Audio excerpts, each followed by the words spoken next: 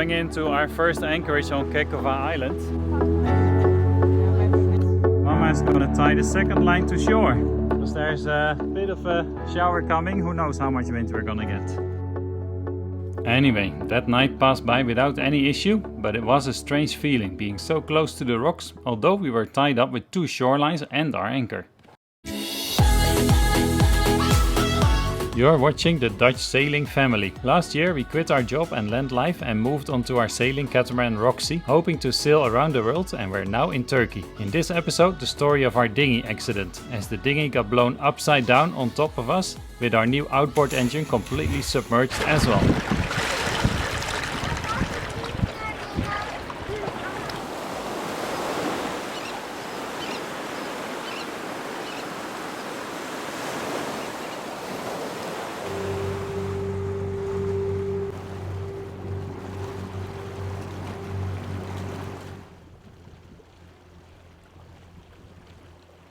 So we just left Kekova Island behind, and on my left here, might be alright, is the Kekova castle and a little village in front of it. That looks really nice for a visit. And now we're gonna enter this bay through those buoys. Be sheltered for strong winds coming. Lots to see here, Josja. You see? Leuk hè? Cool. Yep.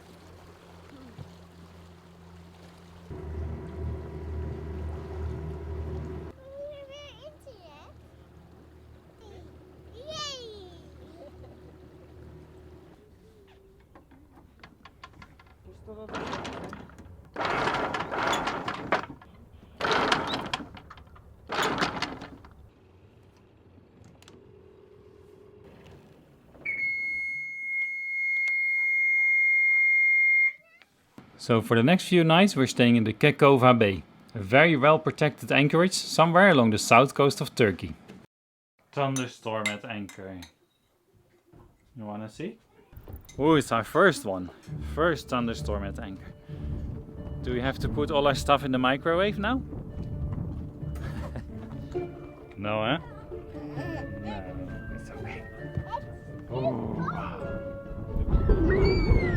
Woohoo!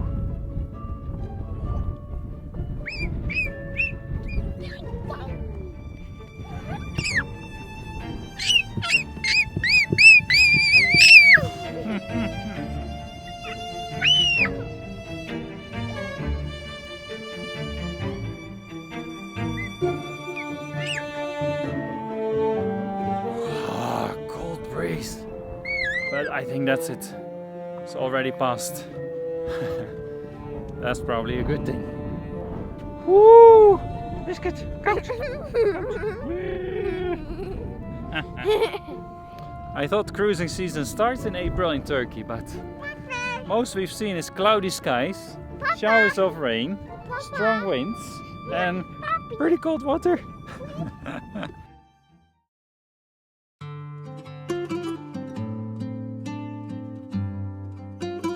The next few days we explored many different spots around the Kekova Bay. We went for nature walks,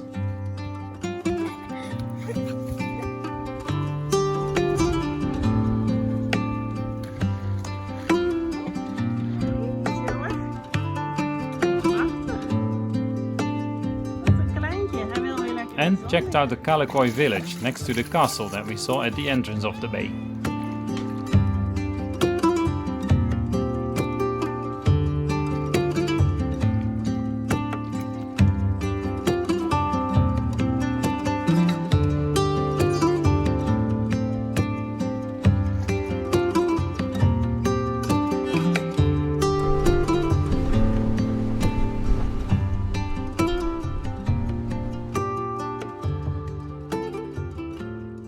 Right, we're leaving Kekova, but just for a couple hours, well, a few hours, call it that, for some shopping, for biscuit mainly. Get to the vet because he got lots of ticks, so I'll get some supplies for him. And we got the dinghy trailing behind us, but I think it's very draggy. We're not going very fast now. Maybe cost us a knot or so. Not a good idea. Might change that now. Other than that, beautiful on the water.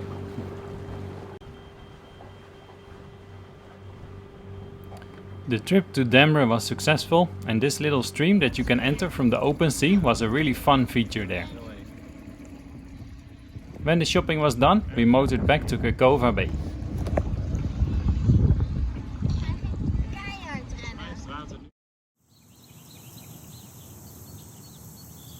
Right, day 2 of the grandparents' visit. About to head to a beautiful anchorage, the next one, but regular engine check first. And today we found a lot of oil under this engine, port side. So not going anywhere for a while. I see lots of oil, but absolutely no clue where it really comes from. So just trying to find that out. Oh well. Enig idee? After the initial surprise of having to say we're not going anywhere for now, we just looked around the engine for like 15 minutes and 20. No idea, I just see the oil sump at the bottom, you know, the oil pan, whatever you call it for this one. That has some oil traces, but might well come from higher up the engine. And just now we find it on the other side, opposite side. We're seeing some oil being slung around, but very light drops. But of course, if it runs for hours, that could be a lot of oil. So we might have just found it. Let it cool down a little bit and we'll crawl in there and see what we find. And here we are just playing, keeping busy. Jolene fits in there and I don't, so she's checking. Find the origin. But the drops are coming down from over there.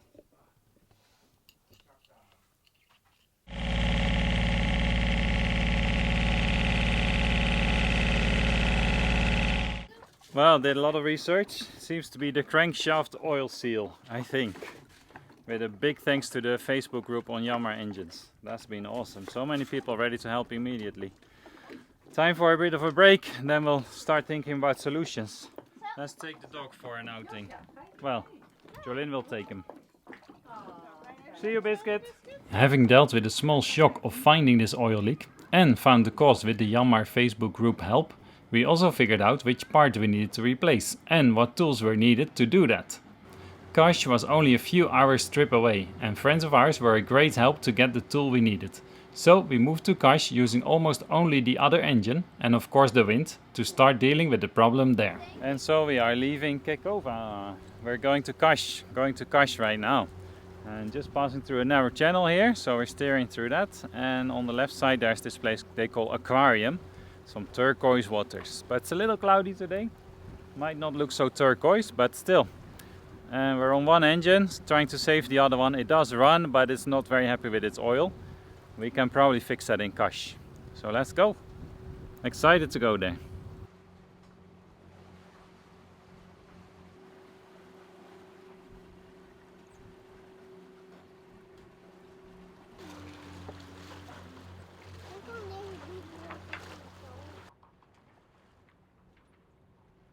So we're getting to the open sea, starting to notice a tiny bit of swell, well, movement, a few centimeters.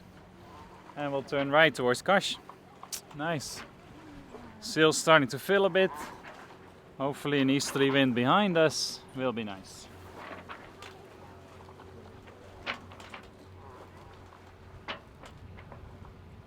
Right, back on the motor. We had to go directly downwind and the winds were a bit confused with the passing shower and the sea as well, so we just dropped the sails, but I think it's calm again, so we might try to raise it again. And sure enough, moments later we were sailing with 15 knots right behind us, nicely on our way to Kas. Right, so we're just rounding the corner in front of Castellorizo and then we'll turn right to Kas itself, following just along the border and around these small islands. And there they are. We've already got the sails, the main sails in the right way. See, nice. So we just have to jibe with the jib. That's it. Perfect.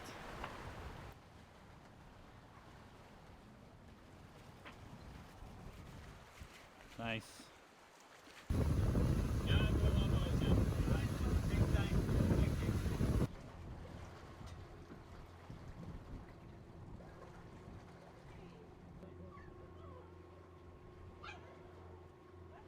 And there we are, arriving into Kas.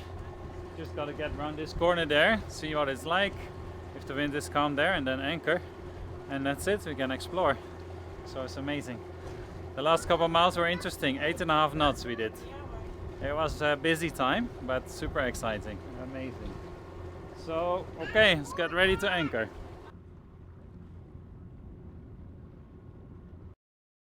The first night in this bay, just south of Kas, we anchored swinging free, but we wanted to be more secure. So we have just deployed Jolene on the subboard to tie a shoreline, because we want to be on that side of the bay, 2 shorelines, anchor in the middle, to be nice and secure before we head into Kas. So let's try and get that organized. The wind's supposed to be double this afternoon, so we need the boat to be nice and secure. So a nice mission for the morning, just after breakfast. In the distance there, that's where we want to be, in between the first little ramp and a red buoy. We needed all hands to get this sorted, but the end result was nice and comfy.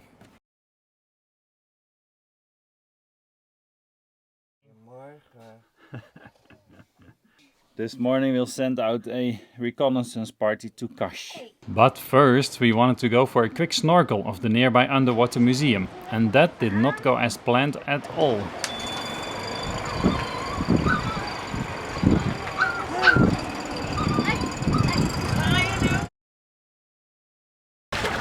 In some crazy gusts of wind from completely variable directions, the dinghy was blown upside down, while Josja was about to get back into it after a brief snorkel. Luckily it did not hit her, but of course it did shock us. We were so relieved Josja was all fine, but then we had to retrieve the dinghy and get it back upright again. Not an easy task. Pas op, tegen de boot. De motor zit tegen de boot. Oké. Ga niet goed en zo? Nee. Plus, would our new 20 horsepower outboard engine ever run again after being completely submerged in seawater?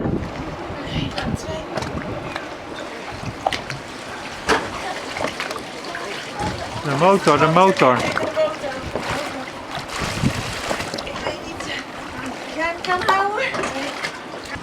Heb je hem? Ja. 1, 2, even missen. 1, 2. Ja, nog even. Ja, daar gaat hij. Ach, ach.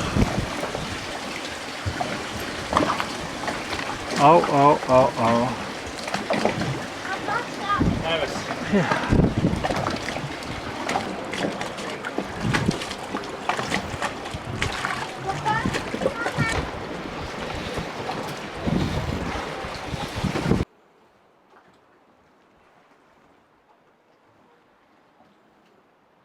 So there we have the aftermath of the turned over dinghy. The dinghy upside down. It's a miracle in a way, to be honest, that the outboard didn't actually fall off it and sank to the bottom. It actually hung on all the way. And I dragged it from buoys over there, back to the boat, swimming, with my fins on. I had those on. And yeah, then it was full of seawater, of course. So I picked it up, drained it, and I rinsed it with fresh water. Now I think I'll let it dry for like a week or so. It has lots of electronics, cables and stuff. I don't hold my hopes up, but yeah, and do some more research what I'm supposed to do to get it running again. But for now the plan is dry it for a week before trying anything. So fingers crossed for us, right?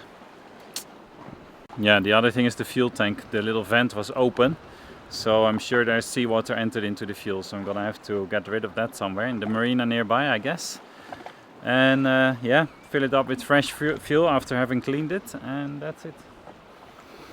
Oh, of course we're putting the engine upright to let it dry, but also put it on its side, because it's allowed to lay on one of the sides to get the water out as well. And this is the moment where I am thankful that I didn't throw away or, well, give away or sell this other old dinghy engine, 4 horsepower one. That might still get us into Kas now, if it wants to start. Yeah, I'm not sure if it shows on camera, but the gusts are definitely subsiding now. You could see gusts all day after that event, to be honest. It's been crazy. Getting calmer and calmer, slowly though. Ja, succes. Having done a little more research, the overwhelming advice was to not let the engine sit like this very long. Rinse it with fresh water, drain the oil and refill it, Remove the spark plugs and drain water out by turning the engine over, then try to reassemble and restart again. I followed this with no luck initially, until I checked and replenished the oil another time and was able to get even more water out of the engine, together with the already refilled oil. After that, 32 hours after the incident, the engine finally started again.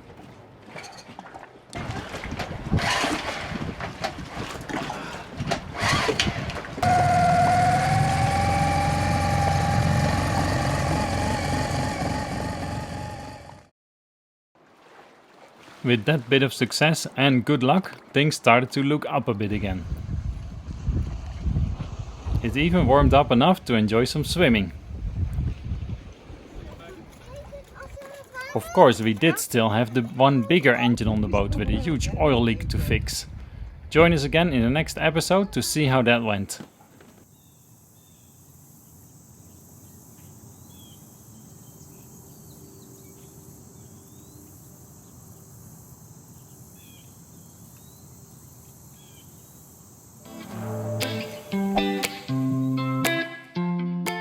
If you are inspired by our videos, leave us a comment below. We would love to hear from you.